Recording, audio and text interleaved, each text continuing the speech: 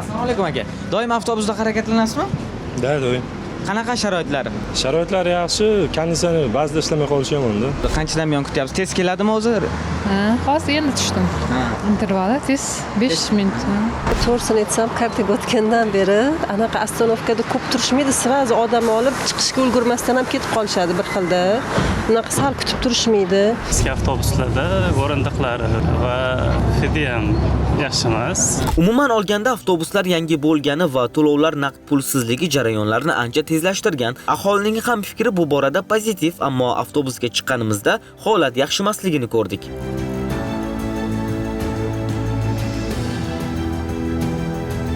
Yigirma minutcha bo'ldi chiqqanimizga. Ishlamayapti. Konditsioner yoqmagansiz? Ishlamayapti. Qanchadan buyon ishlamayapti?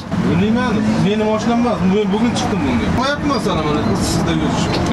Menga yoqayapti deysiz, mana. Pijanadan ketishim.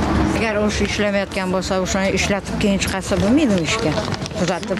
Xullas, avtobuslar harakat erta tong 6:00 da boshlangan bo'lsa ham haydovchi konditsioner nosozligidan bexabar bo'lgan yoki transport vositasi texnik ko'rikdan o'tkazilmagan. Avtobus e'lonlarida gol markaz raqami bo'lsa ham aholi bu borada ozgina e'tiborsiz. Issiqqina avtobusda bir amallab manzilga yetishni maqsad qilishgan chog'i. Biz esa o'sha paytning o'zida 1062 qisqa raqamga sim qoqdik. Murojaatimiz qabul qilindi, ammo konditsioner qachon ishladi bundan bexabarmiz. Bu ham tizimdagi kichik, ammo issiq kundagi katta muammo aslida. Haydovchi esa jarayonlarda ba'zi avtobuslarning kamchiligini sanab berdi. Qishga ham issiq ham bo'lmaydigan mashinaga. Ha, o'sha kattalar, ha? Shu uchun yoqmayaptimi? Hozir buni oldi yoqsa, mashinasi qaynab ketdi. Olib ko'rdingizmi yo'lda turibdi, qaynab yotibdi. O'tda o'sha ahvol bo'ladi, yo'lda qolib ketadi. Qishda muzlab qoladi. Tormoz ushab qolib, qishda ham yurolmay qoldik-ku bular. Muzlab qoldi tormozlar. Yozda ham o'z qaynab ketyapti. Yani yo'lda qolib ketgan o'shalarda. Bizga O'zbekiston kilometriga to'g'ri kelmaydigan mashinalardir. Iqlimga to'g'ri.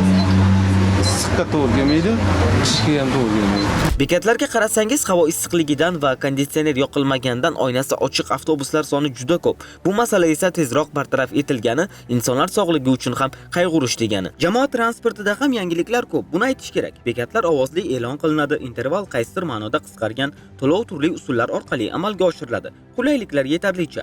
Ammo issiq kunda hozir hammaga salqin havo kerak.